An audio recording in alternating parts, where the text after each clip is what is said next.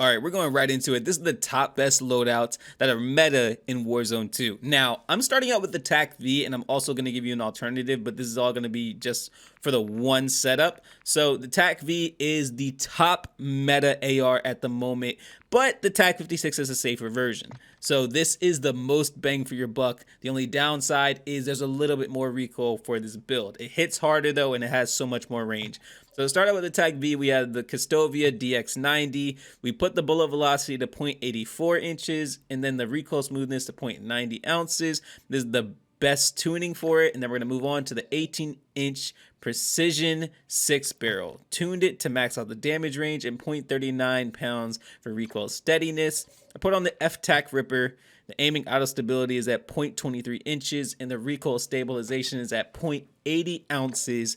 50-round drum, and the FSS combat grip.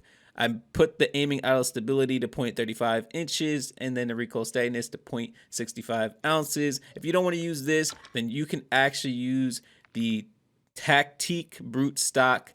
Now, it's completely up to you. I just like this build so much better. And just show you guys how absolutely insane it is, we're going to let these line up. Absolutely destroys. Absolutely destroys. And a little bit of recoil at distance, but it's absolutely amazing. The one thing I love about it is just how absolutely insanely fast it kills when you actually get your shots on point. Now, like I said, the downside is has a tiny bit more recoil than the TAC-56, but if you're able to control the recoil, then it's absolutely incredible. So feel free to try this out, but if you want a safer option, here's the alternative, the TAC-56. Now I put on the Harbinger D20, tuned it to max out the bullet velocity and 0.86 ounces in recoil smoothness, 17.5 Tundra Pro Barrel, 0.40 inches in damage range, and 0.35 pounds in weight for recoil steadiness. I put on high velocity, max out the bullet velocity, and max out the damage range. Put on 60 rounds, FSS combat grip. I did not tune this, left it alone. And just show you guys how amazing this is. As you guys see, it has more recoil control, but it does take a little bit longer to actually kill. So whichever one you want to use, completely up to you. I think they're both amazing, but the TACTIQUE is actually stronger than the TAC-56. So whichever one you want to use, completely up to you. But we're going to move on to the Fennec 45. Now, I put on the ZLR 16.5 ignition barrel, and I changed the, I didn't even really change the length. We left that alone pretty much, but 0.31 pounds in recoil steadiness. Then we put on the VLK Laser 7 NW, and that changes aim down sight speed, aiming stability, and sprint to fire speed, but the laser is visible in ADS, so be careful. Put on the Agile 7 Assault, max out the aiming auto stability, and put the weight to negative 2.06 ounces for the aim down sight speed. Fennec rubber grip, left the width alone, and increased the weight by 0.45 ounces, and then put on the Fennec Mag 45. Now this is the absolute best meta for the Fennec 45. Absolutely melts. And then at range, it takes like 6 bullets.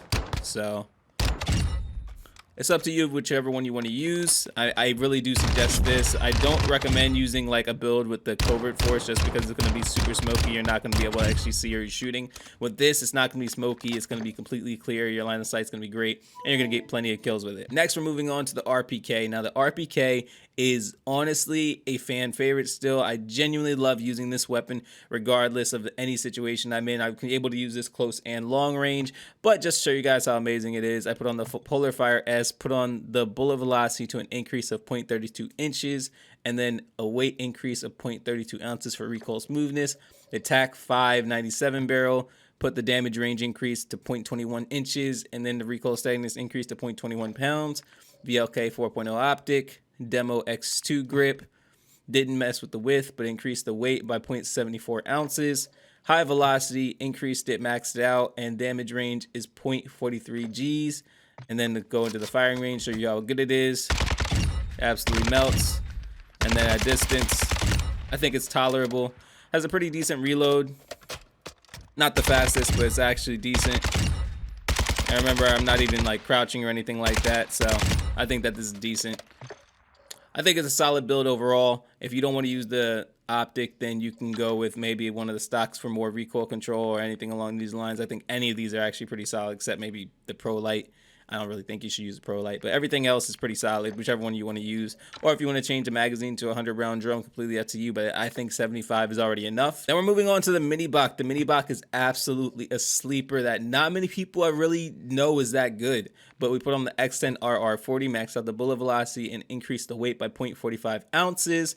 Put on the Bach 9 279mm barrel, increase the damage range, max it out, and I max out the aim walking speed. Put on the SCHLAGER Peck Box 4, and this increases the aim down sight speed with no cons, so they won't actually see the laser. Put on the Marquis R7 stock, max out the aiming out stability, and then decrease the weight by negative 1.94 ounces for aim down sight speed. True tack grip. I didn't mess with the width, but I increased the weight by 0.52 ounces. And just to show you guys how good this is, this has 64 bullets, and it still kills pretty fast.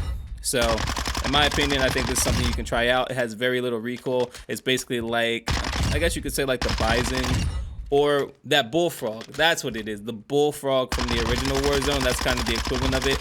I think it's really good. You'll have plenty of bullets to actually, you know, take enemies out and still have things like bullets to actually work with. And I'm giving you an alternative version just in case you don't want to use something with a lot of bullets. You just want to use something that's competitive. The LACHMANN sub is incredible. I put on the AVR T90 comp.